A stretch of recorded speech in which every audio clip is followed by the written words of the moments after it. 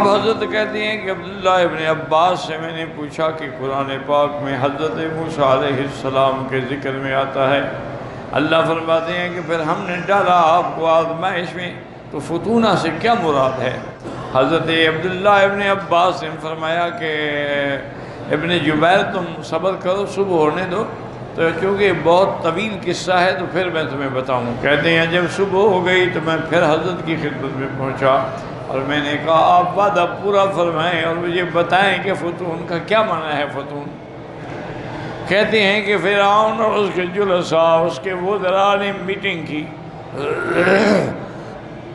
کہ اللہ پاک نے جو وعدہ کیا ابراہیم علیہ السلام سے کہ اللہ ان کی اولاد کے اندر جو ہے، اللہ پاک ان کی ذریت کے اندر اولاد بھی دیں گے، بادشاہ بھی بنائیں گے، کہ بنو اسرائیل اس دن کا انتظار کر رہے ہیں، اس میں ان کو کوئی شک بھی نہیں ہے۔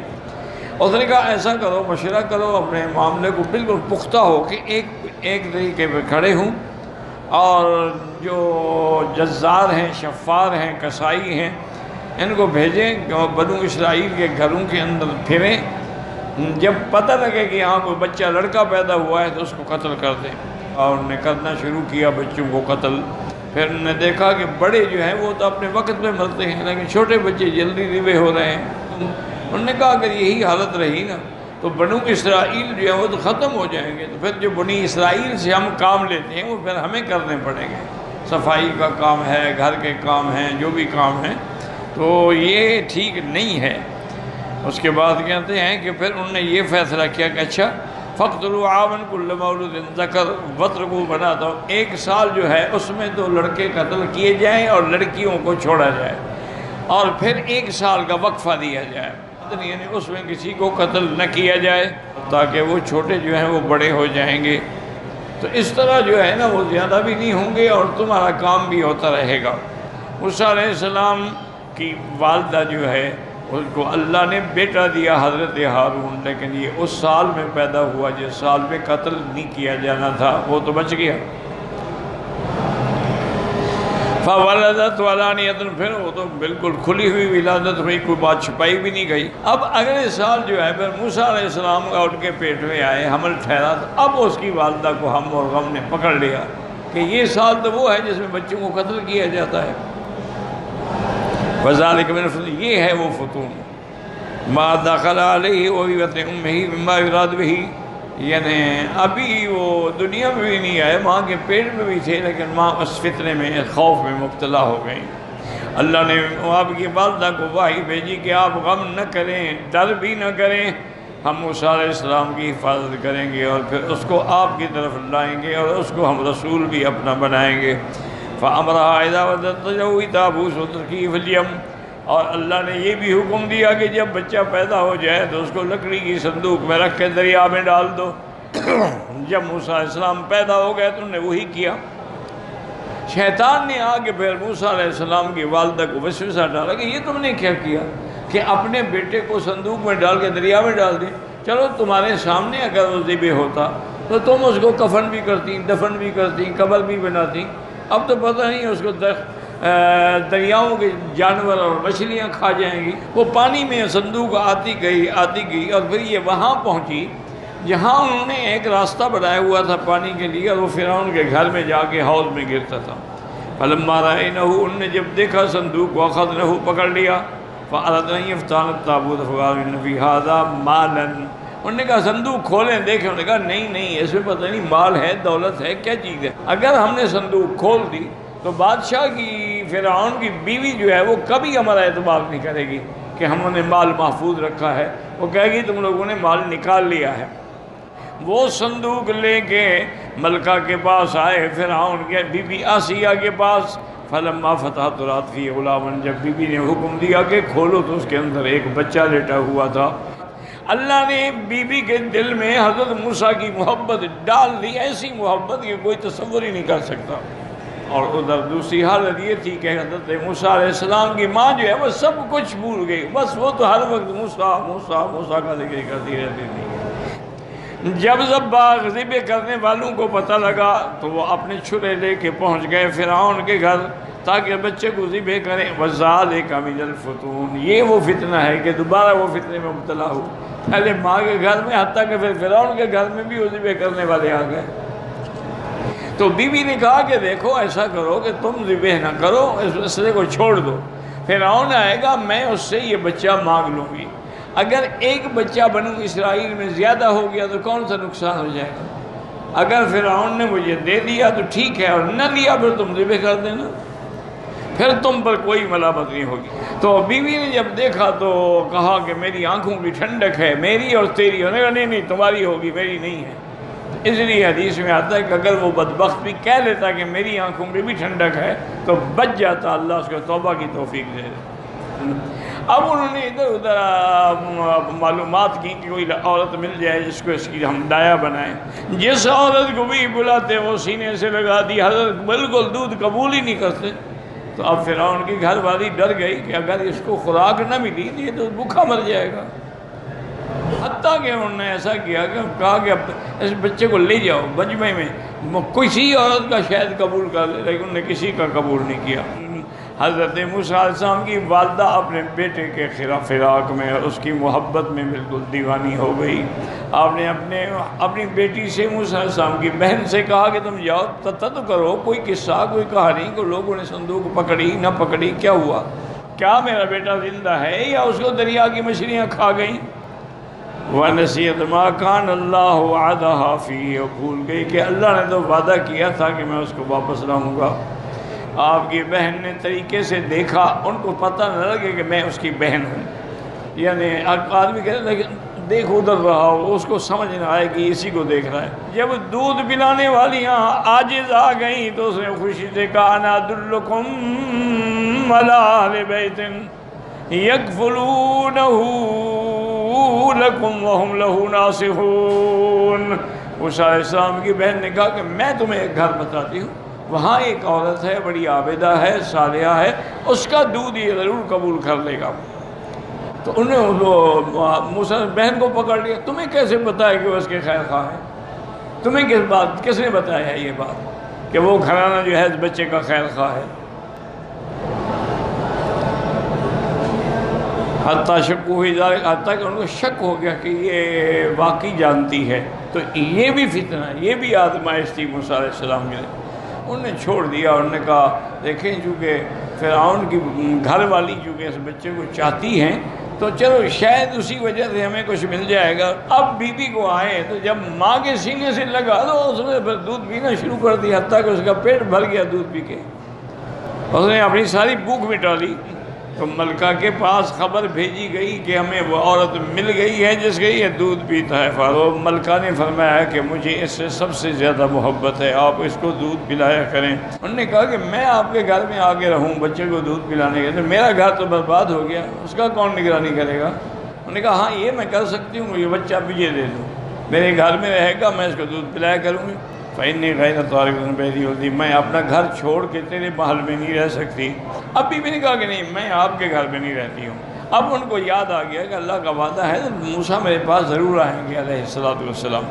تو انہوں نے کہا کہ بچے کو لے آؤ، میں بچے کو دیکھوں تو صحیح۔ تو اس نے اپنے تمام ملازمین سے کہا کہ آپ میرا بیٹا گھر آ رہا ہے، تم سب اس کا استقبال کرو اور سب اس کو ہدیہ پیش کرو، اور میں ایک امین مقرر کر دوں گی جو لکھے گا ہر چیز کہ کس نے کیا ہدیہ دیا۔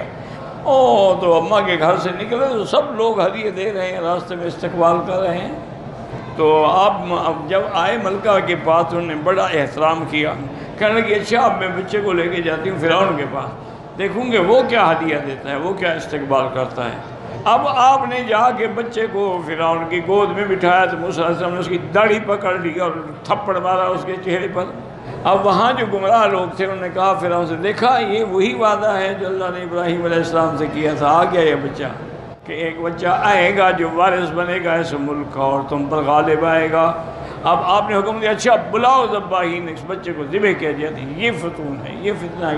پھر ایک اور آزمائش میں آ گئے، انہوں نے کہا اچھا ایسا کرتے ہیں کہ کسی طریقے سے اس کا امتحان لیتے ہیں کہ اس نے بچپن کی وجہ سے تمہیں تھپڑ مارا یا داڑھی پکڑی یا واقعتاً یہ سمجھدار ہے۔ ایسا کریں کہ 2 انگاروں کے تھال بھرے ہوئے اور 2 موتیوں کے وہ رکھیں۔ اگر اس نے جا کے موتیوں کو اٹھایا اور انگاروں کو نہ اٹھایا تو پھر یہ بات پکی ہو جائے گی کہ یہ سمجھ رکھتا ہے اور جو کچھ اس نے کیا وہ سمجھ سے کیا۔ تو آپ نے وہ انگارے پکڑے، دیکھا نہیں تم نے کہ وہ انگارے پکڑ رہا ہے، کوئی عقل والا پکڑتا ہے؟ اللہ نے اس ذریعے سے فرعون کے رخ کو پھیر دیا، ورنہ وہ ان کے قتل کا ارادہ کر چکا تھا۔ اب فرماتے ہیں کہ جب آپ مرد ہو گئے، اپنی یعنی جوانی کو پہنچ گئے، تو اس وقت آل فرعون کا کوئی آدمی جو ہے بنو اسرائیل سے مخلص نہیں تھا۔ حضرت موسیٰ علیہ السلام شہر کے کسی علاقے میں کسی کنارے میں تھے، انہوں نے دیکھا کہ 2 آدمی لڑ رہے ہیں، ان 2 میں سے ایک فرعونی تھا، قبطی تھا، اور ایک اسرائیلی تھا۔ اس اسرائیلی نے پکارا موسیٰ علیہ السلام کو مدد کے لیے کہ میری مدد کریں، یہ مجھ پہ ظلم کر رہا ہے۔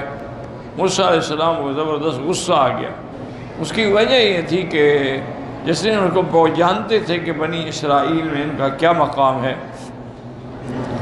لیکن یہ بات سب سے زیادہ جو ہے نا وہ جانتی ہے کہ من الرضا سے موسیٰ علیہ السلام کی والدہ، اللہ پاک نے ان کو اطلاع دی جن چیزوں کی کسی اور کو اطلاع نہیں تھی۔ تو حضرت موسیٰ علیہ السلام غصے میں آئے، فَوَقَدَ مُوسَى الْفِرْعَوْنِيُّ، تھپڑ مارا، فَقَتَلَهُ، وہ مر گیا۔ اس واقعے کو اللہ کے سوا کوئی دیکھنے والا نہیں تھا، کوئی گواہ نہیں تھا، یا بس صرف اسرائیلی تھا جس کی آپ نے مدد کی۔ صبح حضرت موسیٰ علیہ السلام گھبرائے ہوئے تھے اور انتظار کر رہے تھے کہ کوئی خبر پہنچے، کو پتہ لگے کہ کیا ہوا۔ وہ لوگ جو تھے جو مارا گیا اس کے ورثاء فرعون کے پاس آئے، کہنے لگے آپ ہمیں بدلہ لے کے دیں اس بندے سے جس نے ہمارے بندے کو قتل کیا ہے۔ فرعون نے کہا ٹھیک ہے، اس کے قاتل کو بھی لے آؤ اور گواہ بھی لے آؤ۔ ٹھیک ہے، بادشاہ کے بعد اقتدار تھا، لیکن وہ بھی یہ نہیں چاہتے تھے کہ جب تک کوئی گواہ نہ ہو، کوئی ثبوت نہ ہو تو میں کسی کو کیسے گرفتار کروں، تلاش کرو کوئی گواہی واقعہ کی۔ تو دوسرے دن بھی موسیٰ علیہ السلام نے دیکھا کہ وہی اسرائیلی جن کی آپ نے مدد کی تھی نا، وہ ایک اور فرعونی سے لڑ رہا تھا۔ آپ نے سمجھا شاید اس کو جو کچھ ہوا ہے اس کی وجہ سے کوئی ندامت محسوس ہو، حالانکہ آپ تو پھر بھی فرعونی کو مارنا چاہتے تھے، لیکن وہ بدبخت جو ہے نا اس نے فوراً شور مچایا، اچھا تم مجھے قتل کرنا چاہتے ہو؟ نے کہا تم نے کل بھی جھگڑا کیا، آج پھر جھگڑا کر رہے، تم کوئی بڑے گمراہ ہو۔ اس نے دیکھا موسیٰ علیہ السلام غصے میں بھرے ہوئے ہیں، نے کہا دیکھا کل جیسے غصہ تھا آج بھی اسی طرح جلال میں ہیں۔ وہ ڈر گیا کہ شاید مجھے انہوں نے کہا ہے کہ تم بالکل کھلے ہوئے گمراہ ہو تو شاید مجھے یہ نہ مار دیں۔